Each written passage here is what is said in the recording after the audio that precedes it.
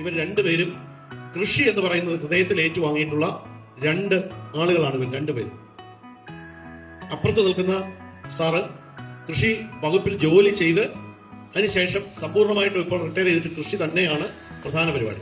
ഇപ്പുറത്ത് നിൽക്കുന്ന സാറും അതുപോലെ തന്നെ കോട്ടുകല് കൃഷി ചെയ്ത് അതിലൊരു വലിയ ആത്മസംതൃപ്തി കണ്ടെത്തിയിരിക്കുന്ന ആളാണ് ശ്രീമാൻ രാജേന്ദ്രൻ പിള്ളയും ശ്രീമാൻ ജലാലുദ്ദീൻ. ഇവർ രണ്ടുപേരും ഇന്ന് നമുക്ക് രണ്ട് അധ്യാപകരെ പോലാണ്. നമുക്കിവിടെ 120 അധ്യാപകരുണ്ട്. ഇന്ന് പുതുതായിട്ട് 2 അധ്യാപകരോടാണ് വന്നിരിക്കുന്നത്.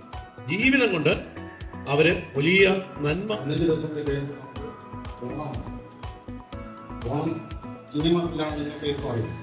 ചിങ്ങമാസത്തെ വിശേഷിക്കുന്നത് പൊന്നിൻ ചിങ്ങം എന്നാണ്.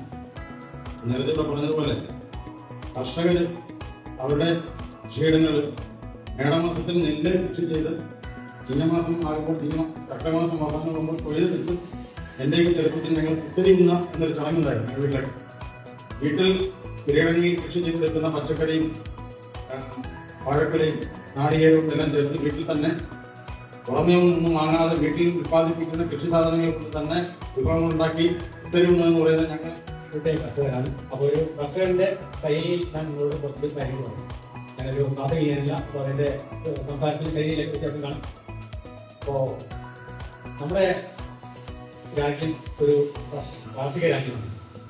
അതായത് ജനസംഖ്യയുടെ ഒരു 80% കുറയാത്ത ആൾക്കാർ കൃഷിയും അനുബന്ധ വിഷയങ്ങൾ കൊണ്ട് ജീവിക്കുന്നുണ്ട്. അപ്പോൾ നമ്മുടെ ദൈവത്തിന്റെ സ്വന്തം നാടായ കേരളത്തോട്ട് വന്നാൽ കേരളത്തിൽ കൃഷി ഇന്ന് അന്യം നിന്ന് പോയിക്കൊണ്ടിരിക്കുന്ന ഒരു സാഹചര്യമാണ്. അതിന് പല കാരണങ്ങളുണ്ട്. ഇന്ന് ആരും സ്വന്തം കുട്ടികളെ ഈ കാർഷിക മേഖലയിലേക്ക് തള്ളിവിടാറില്ല. അതിന് പല കാരണങ്ങളുണ്ട്. എനിക്ക് 2 കുട്ടികളാണ്. അത് മൂത്തയാൾ PG കഴിഞ്ഞു, രണ്ടാമത്തെ ആൾ ടൂറിസം മേഖലയിൽ വർക്ക് ചെയ്തു. ഞാൻ അവരെയൊക്കെ എല്ലാം വിദ്യാഭ്യാസവും ഈ നിലയിലെത്തി എല്ലാം കൃഷിയുണ്ട്.